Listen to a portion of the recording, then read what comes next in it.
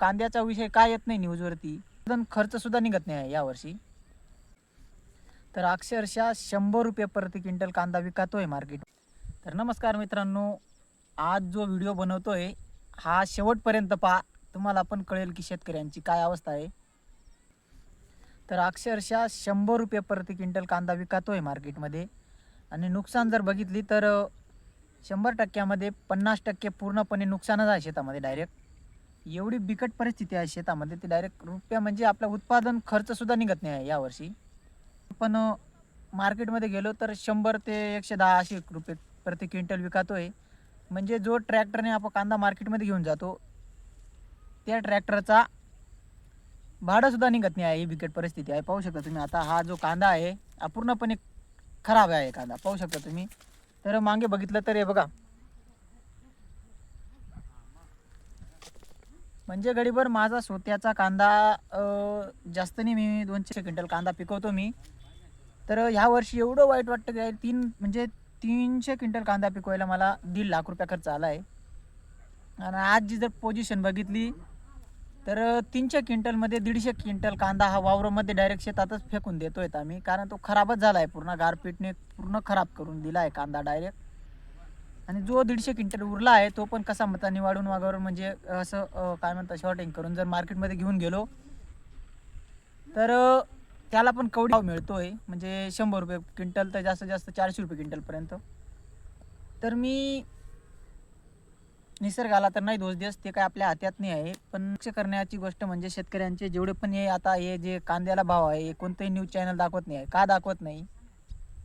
थोडं का काही वाईट होऊ द्या, लगेच न्यूजवरती येतं. पण हा कांद्याचा विषय काय येत नाही न्यूजवरती? दिसू द्या ना शेतकऱ्यांचा पण काय वाटोळं होतं यावर्षी. डायरेक्ट उत्पादन खर्च निघत आहे. म्हणजे पुढच्या पिकला भांडवल सुद्धा नाही आमच्याजवळ. आता पुढच्या खरीपमध्ये मका पेरायचा आहे, तर त्याला कम से कम 1-1.5 लाख रुपये खर्च येतो. मग कुठून आणायचे पैसे? आता पूर्णपणे जर बघितलं तुम्ही तर कांदा हा म्हणजे उत्पादन म्हणजे डायरेक्ट फक्त मजूर जे आहे ना, ते मजुरीचेच निघत आहेत तेवढे पैसे.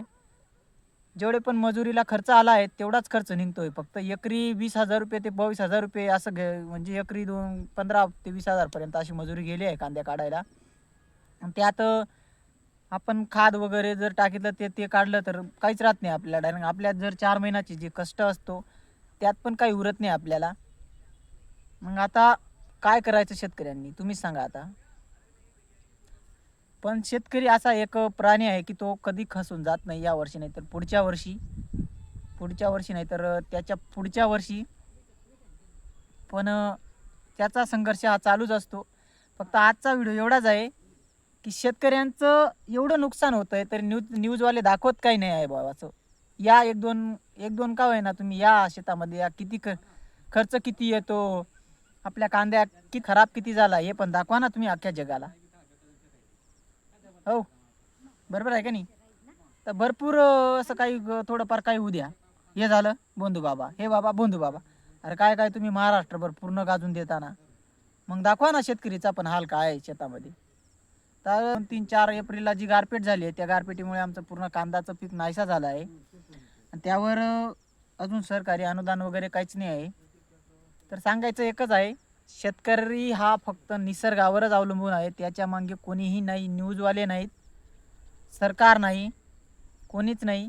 त्याच्यामुळे मी एकच सांगतो, खचून जाऊ नका शेतकऱ्यांनो आणि चालू द्या. आपला संघर्ष हा चालूच असतो दरवर्षी. परिस्थिती आहे आपल्या सध्या कांद्याची, तर पाहू शकता तुम्ही. तर म्हणजे गडीभर डायरेक्ट वावरात 10 क्विंटल कांदा निघाला तर 5 क्विंटल डायरेक्ट फेकावा लागतोय. पाहून घ्या तुम्ही फक्त एकदा, खूप वाईट वाटतं डायरेक्ट. नवीन असाल तर चॅनलला सबस्क्राईब करा, व्हिडिओला लाईक करा आणि जेणेकरून असे नवनवीन व्हिडिओ तुमच्यापर्यंत पोहोचत राहतील.